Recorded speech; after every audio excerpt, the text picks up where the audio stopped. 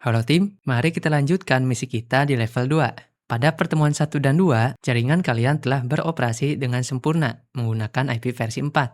Sekarang, tugas kita adalah membangun sistem IP versi 6 yang berjalan selaras tanpa merusak tatanan yang lama. Inilah seni dari penerapan arsitektur dual stack. Sebagai landasan kerja utama kita hari ini, seluruh demonstrasi baris perintah di layar ini mengacu pada dokumen rancangan konfigurasi jaringan Kang Okta. Secara spesifik, pada tabel 6, konfigurasi fase 3. Konsisten dengan pertemuan sebelumnya, alur kerja teknisi profesional kita adalah melihat rancangan pada tabel 6, menyalin perintah konfigurasinya, merapikan perintah tersebut di aplikasi Notepad, terutama jika teks terpotong menjadi 2 baris atau lebih, dan setelah sintaksnya dipastikan utuh, barulah kita menyalin perintah tersebut ke dalam terminal router mikrotik. Peringatan keras, disclaimer, sebagaimana standar kerja Kang Okta, angka IP heksadesimal yang kalian lihat pada dokumen dan layar ini hanya data contoh. Panduan ini merupakan demonstrasi penyelesaian masalah jaringan. Kalian diwajibkan berkolaborasi untuk tetap menggunakan alokasi IP versi 6 spesifik yang didapat dari tabel hasil perhitungan masing-masing tim. Menyalin konfigurasi ini secara mentah-mentah ke terminal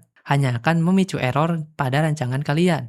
Mari kita eksekusi, amati layar ini baik-baik. Tahap 1, aktivasi modul IP versi 6, Mikrotik Router OS versi 6. Ini sangat krusial tim. Pada sistem operasi Mikrotik Router OS versi 6 yang kita pakai di laboratorium ini, fitur IP versi 6 seringkali dalam status tertidur secara bawaan atau default. Untuk menghemat memori, langkah pertama yang harus kalian lakukan adalah melihat tabel 6. Salin perintah aktivasi dan pemuatan ulang atau reboot ke Notepad. Pastikan rapi, lalu jalankan di semua router. Let him cook! Let him cook now! Let him cook! I said let him cook! Tahap 2, pengaturan NDP dan pengalamatan IP versi 6, Slack. Sekarang mesin sudah mengerti bahasa IP versi 6. Langkah berikutnya adalah menyiapkan penemuan tetangga jaringan, Neighbor Discovery Protocol, NDP, agar PC klien bisa mendapatkan IP otomatis, Slack, Status Address Auto Configuration. Perhatikan ketelitian seorang engineer. Kita tidak boleh membiarkan router menyiarkan konfigurasi otomatis secara sembarangan ke semua jalur. Kita harus mematikan aturan bawaannya dulu, lalu membuat aturan spesifik hanya untuk jalur LAN, misalnya Ether 4. Di router 1 guru, perhatikan tabel 6. Perintah pengaturan ND ini cukup panjang dan rawan terpotong. Salin dari dokumen, tempelkan ke Notepad, jadikan satu baris utuh tanpa jeda baris enter yang tersembunyi.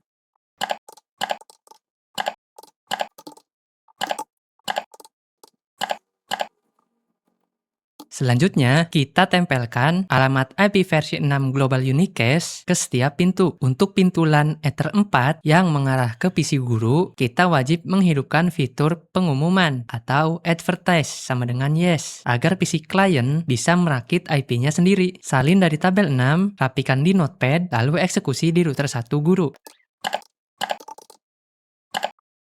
Namun, untuk pintu tulang punggung atau backbone internal, Ether 2 dan Ether 3 yang saling menghubungkan antar router, ubah menjadi advertise sama dengan no. Mengapa? Karena sesama router tidak butuh Slack. Salin dari tabel, rapikan di Notepad, lalu tempelkan ke router 1 guru. Oke.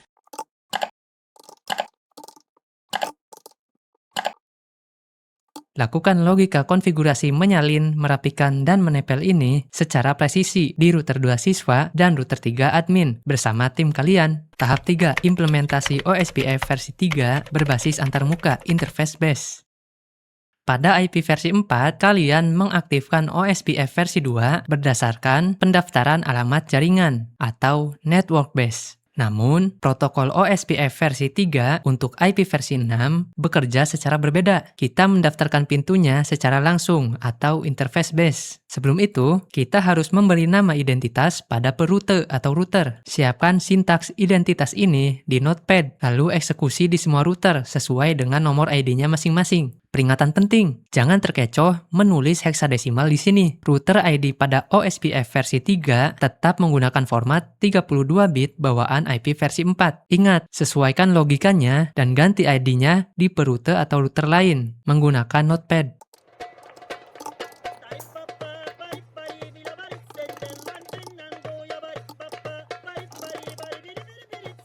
Selanjutnya, masukkan antarmuka internal kita ke dalam area backbone. Salin sintaksnya dari tabel 6, rapikan di notepad, lalu tempel di terminal.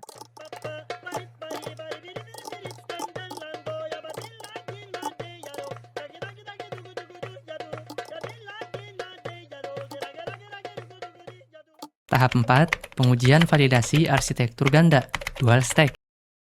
Mari kita lihat keajaibannya di sisi klien. Buka terminal VPCS dan ketik perintah show IPv6. Tekan enter. Kalian akan melihat bahwa VPCS secara otomatis telah memiliki alamat global unicast 2001 DB8 sekian-sekian yang diraciknya sendiri berkat pengaturan ND dan slack yang presisi tadi. Langkah pamungkas. Mari kita lakukan pengujian dual stack yang sesungguhnya. Kita akan membuktikan bahwa IP versi 4 dan IP versi 6 dapat melintas berdampingan tanpa saling bertabrakan. Sebelum melakukan pengujian, pastikan kita mencatat alamat IP versi 4 dan IP versi 6 dari masing-masing PC.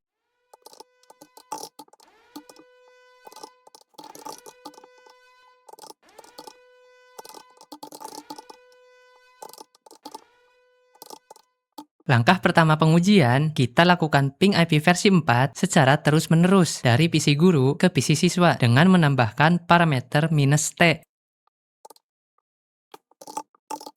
Kedua, di saat jalur kabel sedang sibuk dengan ping IP versi 4, kita lakukan ping IP versi 6 dari PC siswa ke PC guru.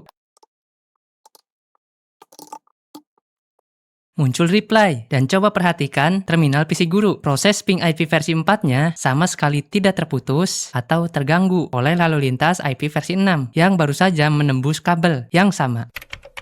Misi selesai. Kalian telah berhasil membuktikan ketangguhan arsitektur dual stack tingkat lanjut. Di level 3 selanjutnya, Kang Okta akan memperagakan cara menggunakan aplikasi Wireshark untuk membedah secara forensik bukti lalu lintas ICMP versi 6 dan ICMP versi 4 yang berjalan paralel tadi di dalam kabel. Fokus, teliti dalam merapikan sintaks, dan jangan lupakan prinsip pemecahan masalah atau troubleshooting. Sampai jumpa.